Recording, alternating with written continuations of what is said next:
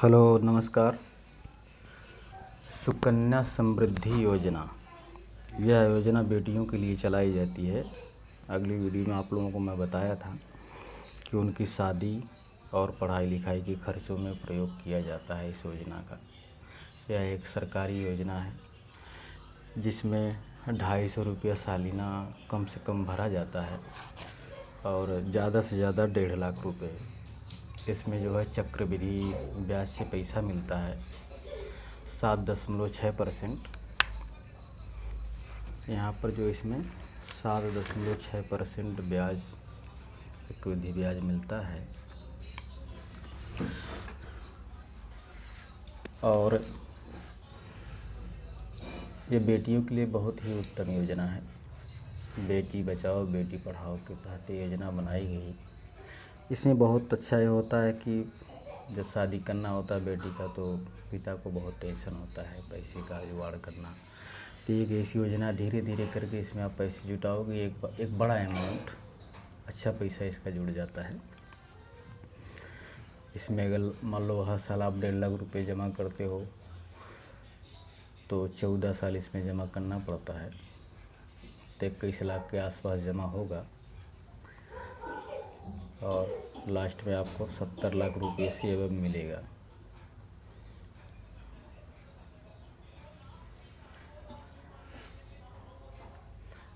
ठीक है, इससे कम भी आप जमा कर सकते हो, जितना अपनी कैपेसिटी होती है उतना जमा करते हैं।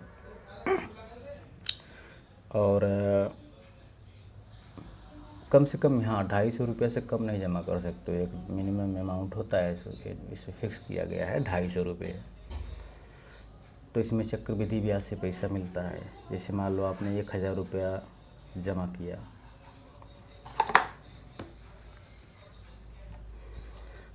₹1000 आप जमा करते हो तो 14 वर्ष आपको जमा करना होता है। 14 वर्ष तो कितना हो जाएगा? 14,000 रुपये।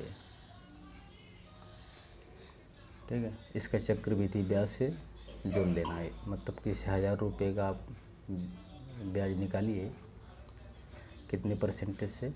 7.6% के हिसाब से।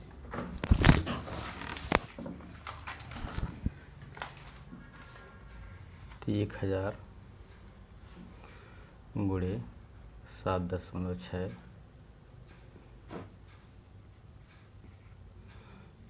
0 से 0 कट गया, करोगे तो आ जाएगा 76 रुपये।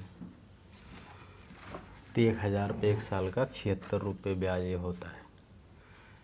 अब अगली साल जब इसका ब्याज होगा तो जो 1000 रुपये जमा करोगे उसका तो आएगा ही, लेकिन ये इसमें जुड़ करके भी इसका भी ब्याज आएगा। तो 1076 रुपये का चक्रवृद्धि ब्याज, इसका 7.6% निकाला जाएगा। ठीक है, इस हिसाब से कैलकुलेशन कर सकते हो आप लोग। और इसमें कुछ परिवर्तन आया है अभी सुकन्या समृद्धि योजना के तहत। और इसका खाता पोस्ट ऑफिस में खुलता है, अगले वीडियो में मैं आप लोगों को बताया हूँ। इसमें समझ लो परिवर्तन नंबर 1, अकाउंट डिफ़ॉल्ट पर ब्याज दर में कोई परिवर्तन नहीं। तो इसमें क्या था कि पहले लोग जमा करते थे, मान लो 250 रुपये उन्होंने जमा किया, फिर वो लोग भूल जाते थे कि जो है मतलब कि नहीं जमा कर पाते थे या भूल जाते थे या कोई प्रॉब्लम आ जाता था, इसकी वजह से पैसा नहीं जमा हो पाता था।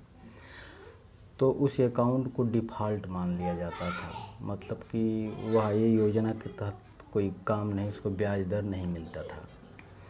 जो पैसा था उसका मतलब 3-4% के आसपास जो भी रहा होगा सेविंग अकाउंट के तहत उसको पैसा मिलता था, उसको मतलब डिफ़ॉल्ट मान लिया जाता था। लेकिन अभी परिवर्तन आ गया है इसमें कि आप अगर 250 रुपया ही जमा किए हो तो उसका चक्रवृद्धि ब्याज के रूप में 7.6% जो तय ब्याज है वो ब्याज मिलेगा। और इसमें जो है ब्याज मिलेगा, बाकी का इसमें क्या बोलते हैं,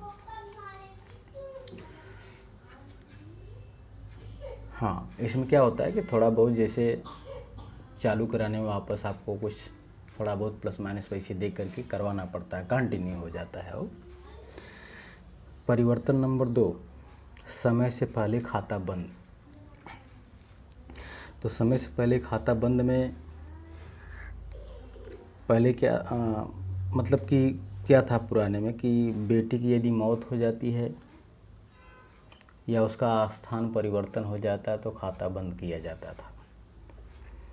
ठीक है, अब उसी में बेटी की मौत हो जाए किसी बीमारी के चलते या जैसे भी करके, या खाता धारक की मौत हो जाए, अगर वो पैसा नहीं जमा कर पाता, क्योंकि खाता धारक ही तो पैसे जमा करेगा इसमें, वो पैसा नहीं जमा करेगा तो पैसे कहाँ से जमा होगा। तो इसलिए उस स्थिति में भी खाता बंद करवाया जा सकता है। बेटी की मौत हो जाए, बेटी का स्थान परिवर्तन हो जाए, या जमा करने वाले का ही मृत्यु हो जाए, इस कंडीशन में खाता को बंद किया जा सकता है। परिवर्तन नंबर 3, खाता चलाना। पहले क्या था कि 10 वर्ष में ही जो है बेटी खाता चला सकती थी, लेकिन ये अब चेंज हो गया है। चेंज होकर के 18 वर्ष हो गया है। ठीक है, अब 18 वर्ष बाद बच्ची इस खाता को चला पाएगी। उसमें कुछ कागज़ वागज़ जो भी हो जा कर के डॉक्यूमेंट पोस्ट ऑफिस में जमा करना पड़ेगा। उसके बाद एक्टिव हो जाएगा लड़की के नाम से खाता, वो अपना पैसे निकाल सकती है, उसका प्रयोग कर सकती है। इसके बाद परिवर्तन नंबर 4, 2 से ज़्यादा खाता। पहले क्या था कि 2 बेटियों के लिए खाता अलाउड था, 1 बेटी और 2 बेटी। और अब लेकिन क्या हुआ कि मान लो कि 1 बेटी आपकी पैदा हुई, इसका खाता आपने खुलवा दिया, फिर दूसरी बेटी पैदा हुई, उसका आपने खाता खुलवा दिया, 2 खाता तो हो गया। इन नियम पूर्वक पहले के नियम जैसा कि 2 खाता बेटियों का खोला जा सकता है। अब लेकिन अगर बाई द वे ये दूसरी लड़की के साथ जुड़वा बच्चे पैदा हो जाते हैं, मतलब 2 बेटी पैदा हो जाती है, तीसरी पैदा हो जाती है, तब भी अब एक 2 से ज़्यादा खाता मतलब तीसरे का भी खाता खुल सकता है, मतलब जुड़वा पैदा हो तो। ठीक है, ये परिवर्तन नंबर 4 था। परिवर्तन नंबर 5 में बहुत ज़्यादा कुछ नहीं है, उसमें ब्याज वित्त वर्ष के अंत में क्रेडिट होगा। तो ये सारे परिवर्तन कुछ हैं जिसको जानना आपके लिए ज़रूरी था, इसलिए मैं थोड़ा सा अपडेट कर दिया। ठीक है, इसका खाता खुलवाइए और लाभ लीजिए। यह जो बेटियों के लिए ही बना हुआ है। ठीक है, इसमें अच्छा ब्याज दर मिल जाता है जब टाइम से उनकी पढ़ाई लिखाई और उनकी शादी में प्रयोग किया जाता है। हाँ, इसमें ये नहीं, दर बिल्कुल नहीं है। अब तो परिवर्तन आ गया, कहने का मतलब है कि आप क्या है कि इसमें अगर आप मान लो आपको लगता है कि मैं 5 साल बाद खुलवाया खाता तो 14 साल भरेंगे, 21 साल बाद इसकी मैच्योरिटी होगी, तो डेट अगर आपको लगता है कि बढ़ रहा है कि हाँ शादी हमको तो मान लो थोड़ा पहले अगर करना पड़ेगा तो अब क्या करेंगे, तो इसमें ये नियम है, आपको जब भी शादी करना है उसके हिसाब से ही आपको उतने दिन का चक्रवृद्धि ब्याज जोड़ करके आपको पैसा मिल जाएगा। उसका कोई सोचने वाली इसमें कोई बात नहीं है। इसलिए खाते को खुलवाइए आप लोग और इसका प्रयोग करिए, पैसे निकालने में कोई दिक्कत नहीं, बेटी के लिए है और अच्छा है। ठीक है, ऐसी कोई और प्रॉब्लम हो, कोई जानकारी हो, लेना हो या देना हो, कमेंट में लिखिए, सब्सक्राइब करिए और 1-2 लोगों को आगे बढ़ाइए ताकि मैं और अच्छे से अपडेट करूं, बताऊं।